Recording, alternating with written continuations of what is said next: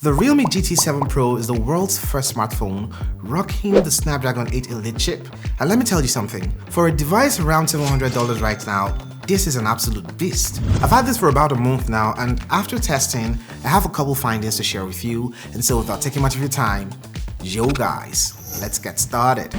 First things first, let's talk about what comes inside the box. Realme has kept it pretty straightforward here. Alongside the phone, you get a 120-watt Super Dart charger, a USB Type-C cable, and this TPU case for basic protection. No surprises, but hey, at least there's a charger included in the box, something some other flagship devices seem to be forgetting these days. Now, when it comes to design, right out of the box, the Mars Orange color screams for attention. I mean, trust me, if you're someone who likes subtle tones, you might want to steer towards the grey variant. The back flaunts this silky panda glass finish with these soft wavy ripples running across what I'd call a cosmic vibe. And this matte aluminum frame screams premium. Now, this is no lightweight. It tips the scales at a little over 220 grams, which you definitely will feel in your hand. The good thing about this device is the fact that the weight is evenly distributed, so you won't feel like doing finger gymnastics. Flip it over to the front and you're greeted with a massive 6.78-inch LTPO AMOLED display. Now, I'm serious, this smartphone screen is one of the brightest displays out there in the smartphone world right now, peaking at a scorching 6500 nits. More on that later. My first impressions was definitely that this smartphone is a head turner. I've got the Mars Orange version here, and wow, it's got this gorgeous back too, with the subtle ripple patterns like I mentioned earlier, and the catch lights just right. Oh, and for you Butterfingers out there, this thing has got IP68 and 69 ratings, and that means not only can it handle being dunked in water, but it can also survive those high pressure jets. Maybe don't take it scuba diving, but it'll definitely survive a rainy day or an accidental pool drop. For the display, Realme knocked it out the park, and the Realme GT 7 Pro packs a 6.7-inch LTPO AMOLED display, and let me tell you something, it's not just big, it's brilliant. The screen boasts a 1.5K resolution 1264 by 2780 pixels with a pixel density of around 450 ppi, offering sharp, detailed visuals that make everything from gaming to Netflix binging an absolute joy. But what sets this display apart is its insane brightness levels. With a peak brightness of 6500 nits, this is arguably one of the brightest screens on a smartphone right now. Now, realistically, you experience around 2000 nits in auto mode, which is still more than enough for outdoor visibility. And that's even under direct sunlight. In short, you can stop squinting and start enjoying crystal clear visuals no matter where you are. And yes, this screen isn't all about raw power, but also finesse.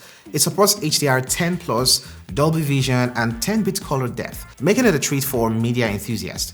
Watching HDR content on platforms like Netflix or YouTube feels immersive, vibrant, and incredibly lifelike. Now, the colors on this display pop, dark scenes are perfectly balanced, and the highlights really shine without looking overblown. Now, here's another ace up Realme's sleeve, the LTPO technology, which helps dynamically adjust the refresh rate anywhere from 1Hz to 120Hz, and that depends on the activity that's actually going on. Scrolling through your social media feeds, you get 120Hz buttery smoothness, but when you stare at a static image, it dials down to 1Hz, conserving power in the process. It's one of the most efficient ways to strike a balance between premium visual performance and energy savings. Realme wanted to go all out on durability because this screen is protected by Gorilla Glass 7i, so casual drops or scratches shouldn't worry you too much. And thanks to that flat display design, yeah, Realme said goodbye to curves this time.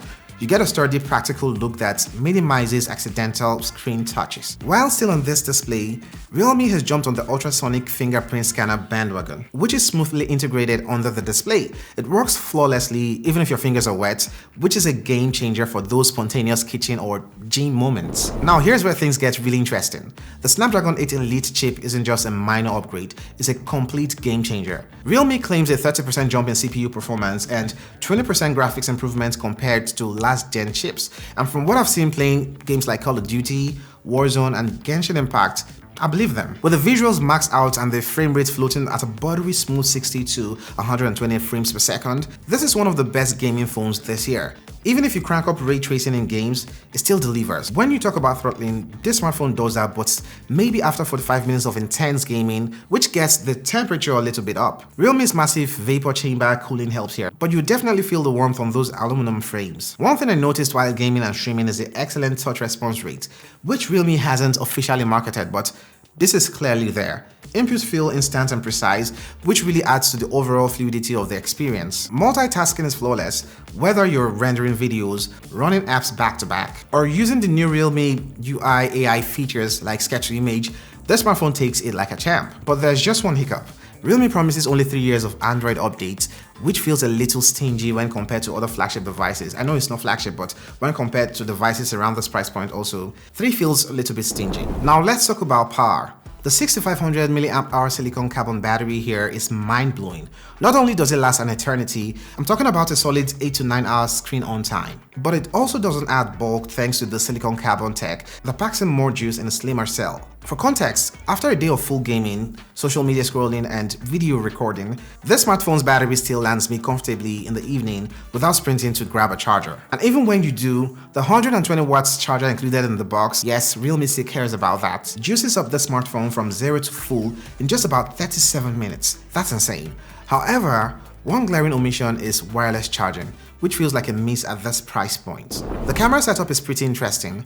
You've got a 50 megapixel main shooter with OIS, another 50 megapixel telephoto lens with 3x optical zoom, and an 8 megapixel ultra wide. The main sensor captures some gorgeous shots with fantastic detail and natural colors. Realme didn't go the overly saturated and contrasty look. They made it look more natural than some other phones, and that's the kind of look some people tend to enjoy. The telephoto lens is surprisingly good too if you ask me.